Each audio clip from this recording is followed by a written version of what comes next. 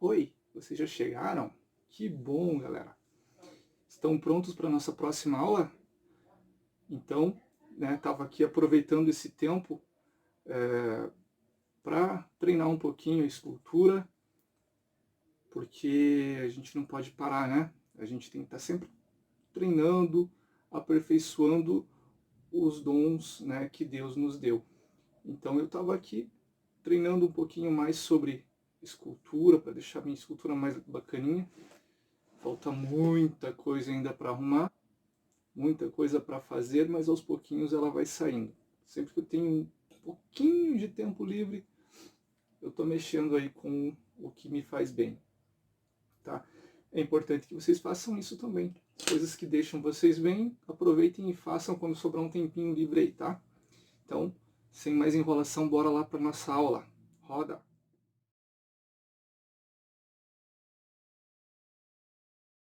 Tudo bom?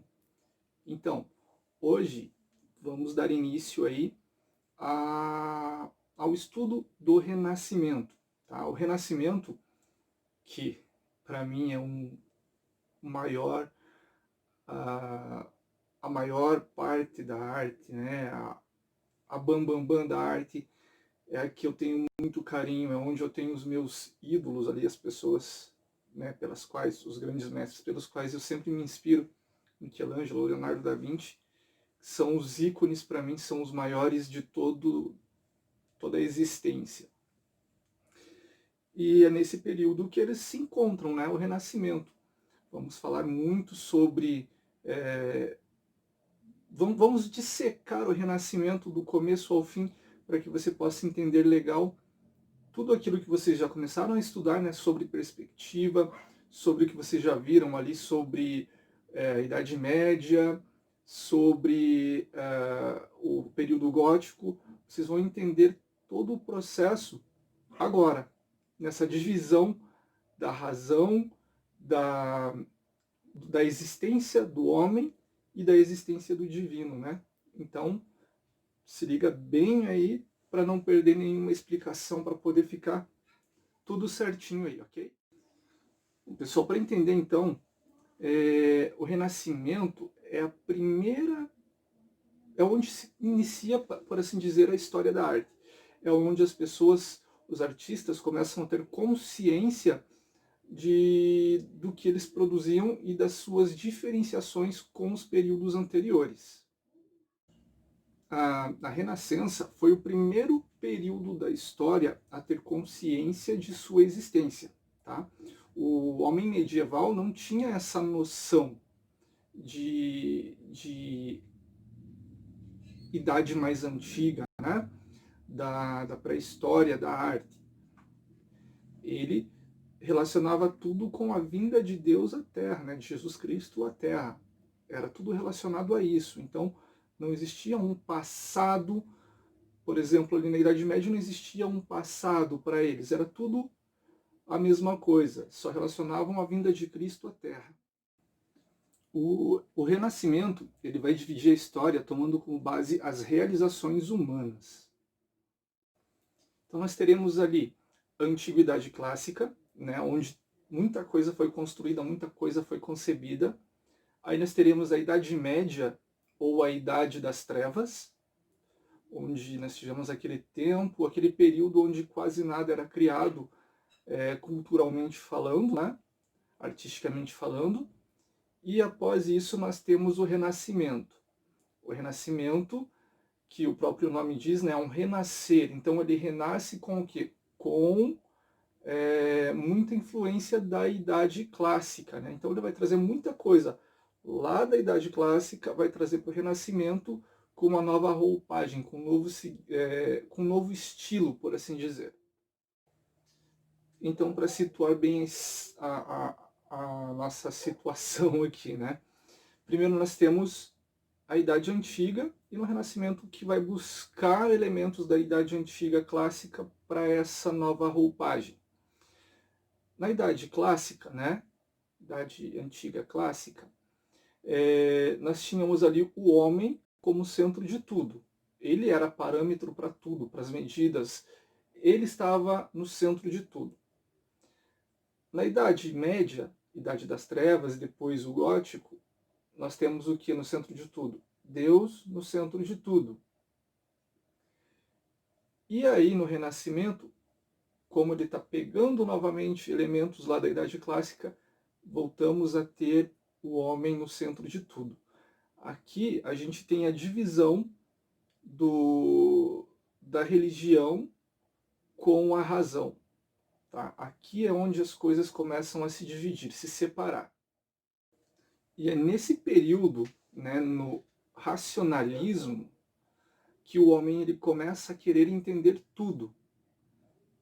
Tudo como funciona. Pela razão, pelo pensamento. Então ele começa a querer descobrir como as coisas da natureza funcionam, como as coisas do corpo humano funcionam. É nesse período do Renascimento onde a curiosidade do ser humano ela flora mais e ele vai em busca de mais respostas de situações da natureza. Então nós estamos vivendo ali uma transição do mundo material, né, imaterial na realidade, do divino, da fé, para o material. Então nós temos ali uma ruptura entre o racional, o material e a fé. O homem ele continua sendo um ser religioso, ele não perde a sua fé por estar dividindo tudo ali. Ele continua tendo a sua fé, mas agora ele não tem mais medo de pensar. Ele não tem medo de atuar, ele não tem medo de se descobrir. Que até então isso acontecia, né? A igreja ela segurava muito os artistas, por exemplo, eles impunham muito medo nas pessoas e elas se retraíam por causa disso. No Renascimento, não.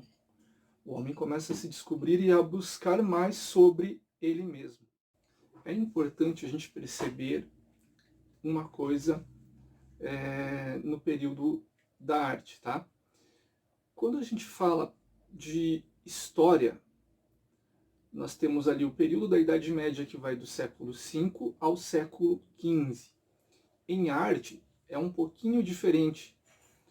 O nosso período da Idade Média ela vai do século V ao século XIV, porque em 1300, que seria o século XIV, já consideramos como o período do Renascimento. Então, o período do Renascimento é ele quem dita o período da Idade Moderna. Okay? Então, é importante se situar nessa questão. Outra situação, nós teremos aí o Renascimento dividido em 3 segmentos, tá? O Trecento, o Quattrocento e o Cinquecento. Okay? 3 períodos do Renascimento. E nós vamos abordar cada um com calma para que fique bem entendido essa questão aí do Renascimento. Vamos começar então falando ali, né, do Trecento, 1300, tá? E para começar a falar sobre o Trecento, nós temos que, não tem como fugir, né, não tem como não falar de um artista fenomenal, que ele é considerado ali o pai do Renascimento, o Giotto, tá? Giotto, italiano de Florença. É legal falar um pouquinho sobre como tudo aconteceu na vida de Giotto, tá? Então, o que acontece é mais ou menos assim. Giotto, quando ele tinha mais ou menos uns 10 anos, ele estava levando um rebanho de ovelhas e em determinado momento parou e com um pedaço de carvão ele começou a desenhar numa rocha, numa pedra. Cimabue, que é um grande artista do período gótico, que nós vimos quando falamos sobre gótico, Cimabue viu Giotto desenhando, se interessou pelo menino, né? Pela ideia dele estar desenhando ali, gostou do que ele estava vendo, conversou com os pais de Giotto e resolveu levá-lo para ser seu aprendiz. Os pais de Giotto aceitaram na hora, porque Giotto, né, pobre, em meio a uma família pobre, Cimabue já um artista renomado, e aí os pais sabiam que se Giotto fosse com Cimabue, ele já teria casa, comida e roupa lavada, porque é um grande artista e ele seria, né, discípulo daquele grande artista. E é o que vem acontecer depois, né? Porque Giotto nada mais é do que o grande criador aí do renascimento da pintura moderna. Em um primeiro momento, nós iremos realizar aí uma comparação entre aluno e mestre, tá? Nós vemos ali primeiro nas pinturas de Cimabue, né, um azul muito intenso, um dourado, algumas obras bem pontiagudas, né, que Giotto ele tem muito dessa característica. Se a gente comparar as obras dos dois, vocês vão notar isso muito bem, tá? Essa influência que o mestre Cimabue tem sobre seu aluno, né, seu aprendiz. Então a gente vai ver muito da essência do Cimabue no Giotto. Só que aí o Giotto ele dá um passo além do que Cimabue, né? Ele vai além do que ele aprende com Cimabue. Ele consegue desenvolver um pouco mais e aí nós temos o nascimento do Renascimento. Quando a gente compara pinturas clássicas desse período, né, com temas clássicos como, por exemplo, a Virgem segurando o menino e com anjos em volta, nós temos Cimabue e Giotto. A gente consegue já notar uma drástica mudança com relação às duas obras. O que vocês acham que tem de diferente entre uma e outra? O que você consegue notar de diferente aí? Observando a de Cimabue, ela é muito plana, não é mesmo? Agora a de Giotto, parece que ela começa a ganhar profundidade. Observe lá. Parece que os anjos não estão uns sobre os outros, e sim um atrás do outro. Tem uma profundidade, começa a ganhar essa profundidade. Que aí entra a nossa querida perspectiva.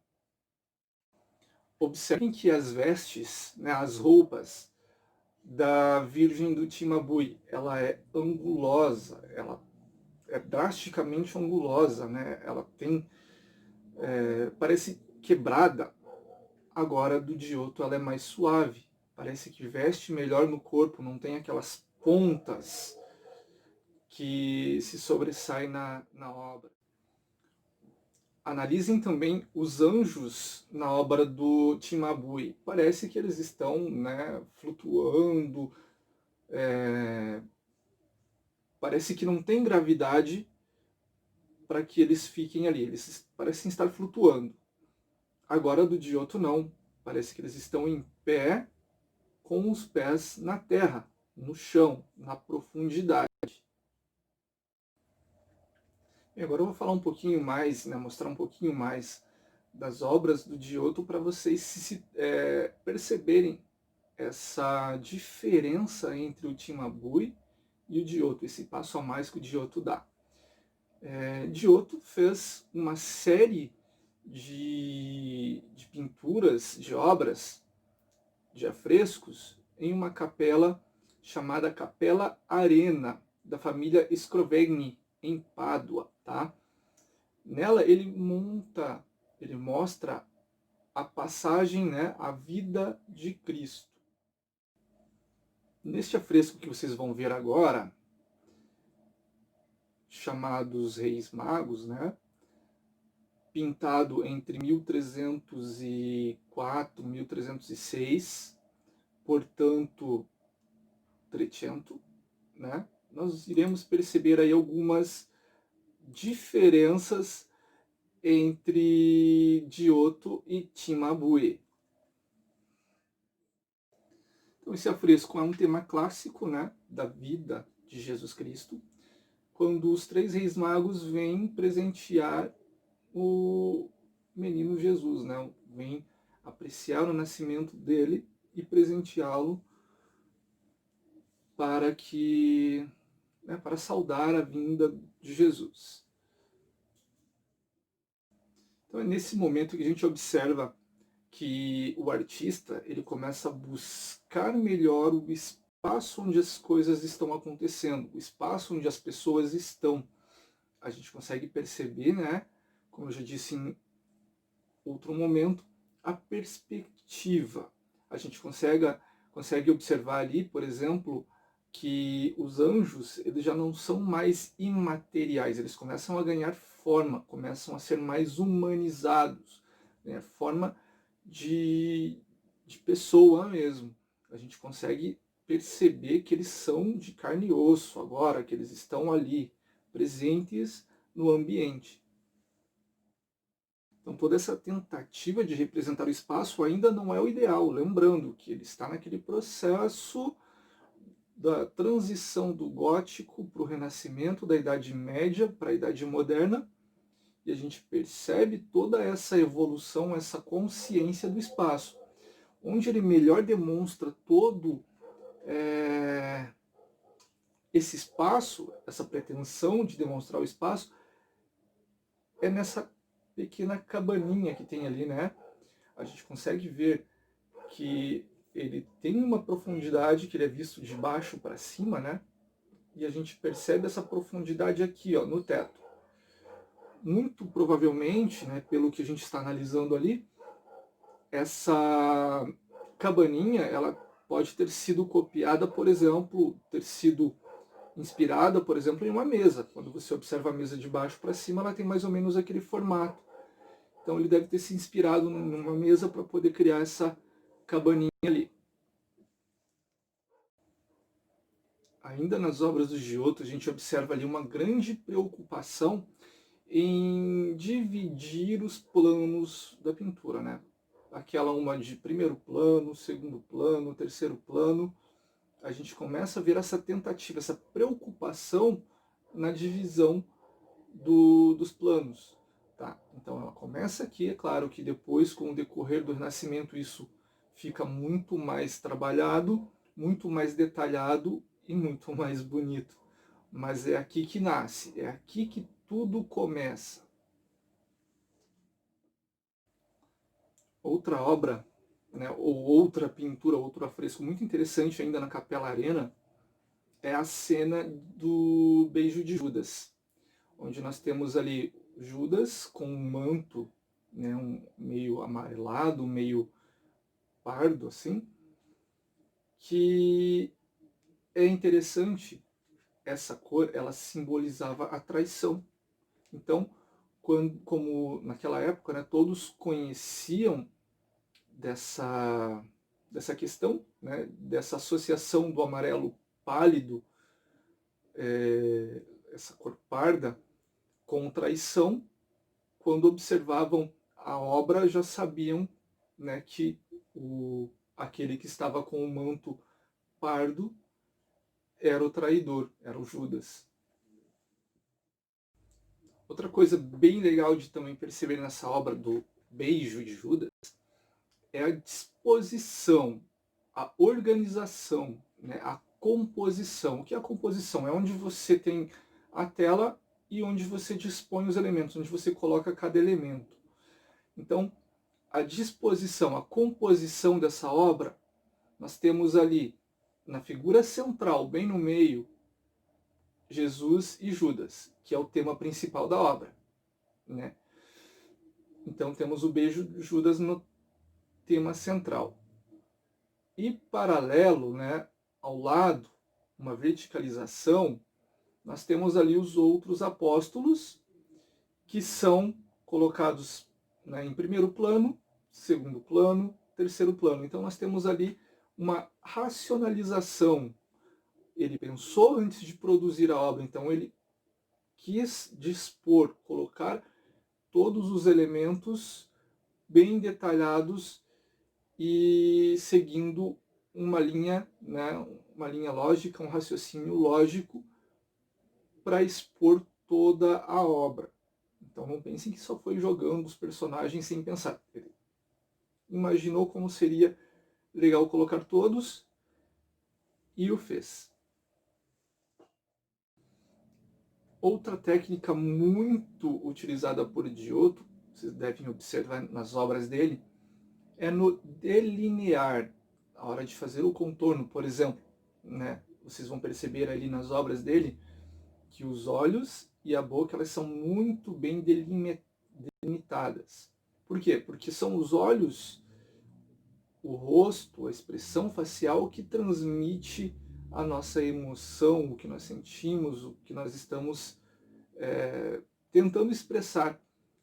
E é nela que Giotto se foca mais, ele coloca mais detalhes para mostrar bem essa expressão de cada componente de sua obra. Então, pessoal, por hoje a gente para por aqui, tá? Para não ficar sobrecarregado. Espero que tenham gostado já um pouco aí dessa introdução ao Renascimento, né? Falando do Giotto, que é o cara, né? É o Bambambam, que foi o cara que deu início a tudo isso que a gente conhece sobre o Renascimento. Então, nessa aula a gente falou sobre o Trecento, sempre lembrando, 1300, século XIV. Próxima aula nós iremos falar do Quattrocento, século XV, ok? Então, espero todos na próxima aula. Um grande abraço. Ah, sempre me esqueço. O vídeo vai ser postado no fórum. Qualquer dúvida, qualquer pergunta, respondam na produção acadêmica. Eu sempre vou estar abrindo lá um tópico na produção acadêmica, tá?